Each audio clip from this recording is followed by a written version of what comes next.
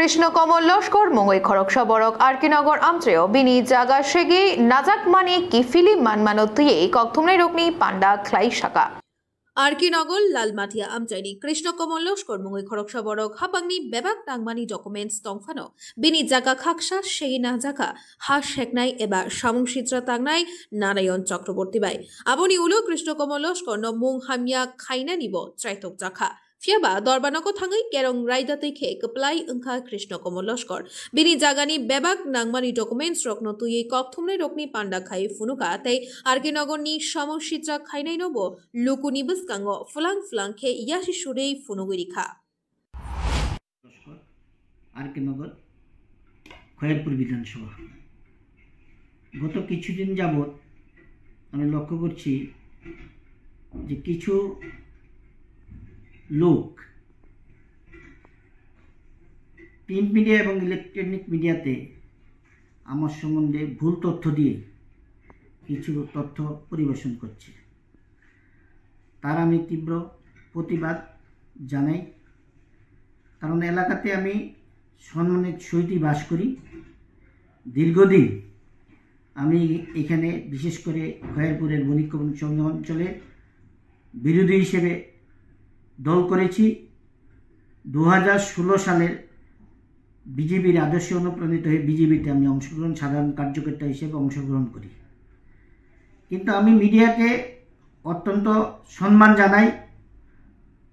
গত কিছুদিন আগে কিছু মার্ক্সবাদী কমিউনিস্ট পার্টির নেতৃত্বের হেলেনির কারণে আমার বিরুদ্ধে জায়গা নিয়ে তিনটি সংবাদ পরিবেশিত হয়েছে,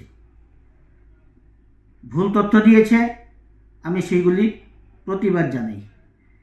প্রথমত, আমার বাড়ির সঙ্গেই আমার পৈতৃক সম্পত্তি,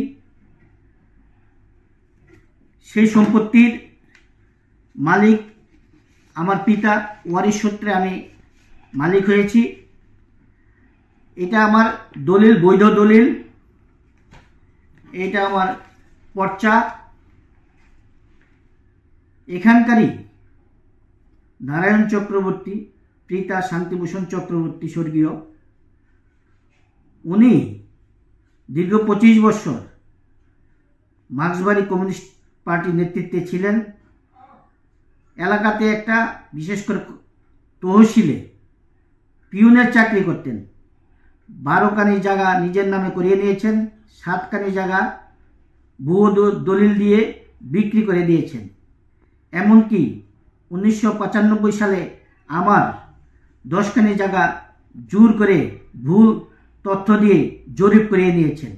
এখনও আমি 2.5 কানি জায়গা উদ্ধার করতে পারিনি। সেই শান্তিভূষণ চক্রবর্তীর ছেলেই নারায়ণ চক্রবর্তী গত কিছুদিন আগে আমার বিরুদ্ধে বিভিন্ন প্রিন্ট মিডিয়া এবং ইলেকট্রনিক মিডিয়াকে ভুল তথ্য দিয়ে আমার বিরুদ্ধে অপপ্রচার চালাচ্ছে।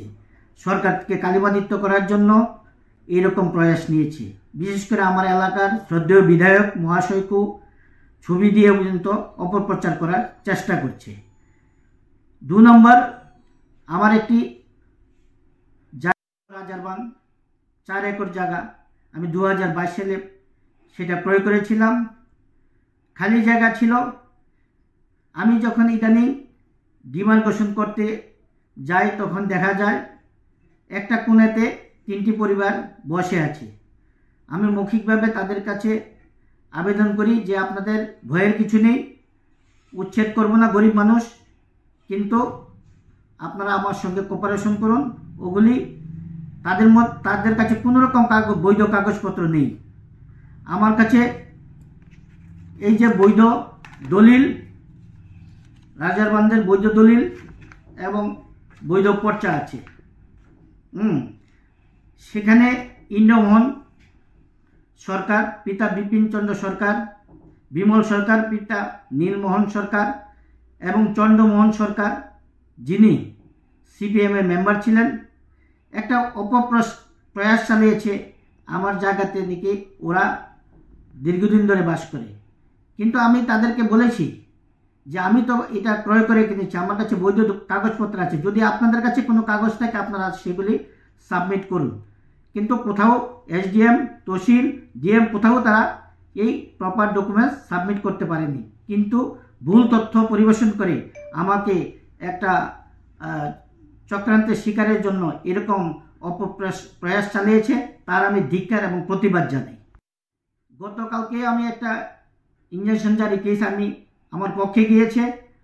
আমার দৃঢ় বিশ্বাস যে অন্তত এই 3টি কেসই যেহেতু আমার কাছে বৈধ কাগজপত্র আছে, সেগুলি আমার পক্ষে রায় প্রদান করবে, কারণ মাননীয় আদালতের প্রতি আমার আস্থা এবং সম্মান আমি জানাই। পাশাপাশি আমি আরও কিছু কথা বলতে চাই। এই এলাকাতে দীর্ঘ 1993 সাল থেকে 2016 সাল পর্যন্ত যে রাজনৈতিক জীবন, সেই সময় 1998 সালে আমার উপর পঞ্চায়েত নির্বাচন আক্রমণ হয়েছে। 2008 সালে 14 নম্বর জেলা পরিষদের দাঁড়ানোর অপরাধে আমার উপর প্রাণঘাতী আক্রমণ হয়েছে এবং 2011 সালে 10ই জুলাই পাপাইশা মৃত্যুর আগের দিন আমার উপর কলেজ টিলায় বর্বরোচিত আক্রমণ হয়েছে। তারপরও আমি কোনোদিন বিরোধী দলের ঝান্ডা ছাড়িনি। আমি চাইছি যে কিভাবে অন্তত মানুষের সেবা করা যায়, সেই লক্ষ্যে কাজ করে গিয়েছি। 2016 সালে আমি বিজেপি দলের আদর্শে অনুপ্রাণিত হয়ে সাধারণ কার্যকর্তা হিসেবে আমি অংশগ্রহণ করি এবং এখনও অবধি আমি সেই দল করে যাচ্ছি। কিন্তু আমার 93 থেকে এইরকম বিভিন্ন আক্রমণের সময়ে, বিশেষ করে 93 থেকে 5 বছর বাড়িতে থাকতে পারিনি, মায়ের শ্রাদ্ধ করতে পারিনি, ছেলের অন্নপ্রাশন করতে পারিনি। মার্ক্সবাদী কমিউনিস্ট পার্টির এই ঘাতক বাহিনীরা বারবার আমার পরিবারকে আক্রমণ করেছে। আমার বড় ভাইয়ের বোন গ্রেনেড মেরে ডাইন হাত উড়িয়ে দিয়েছে।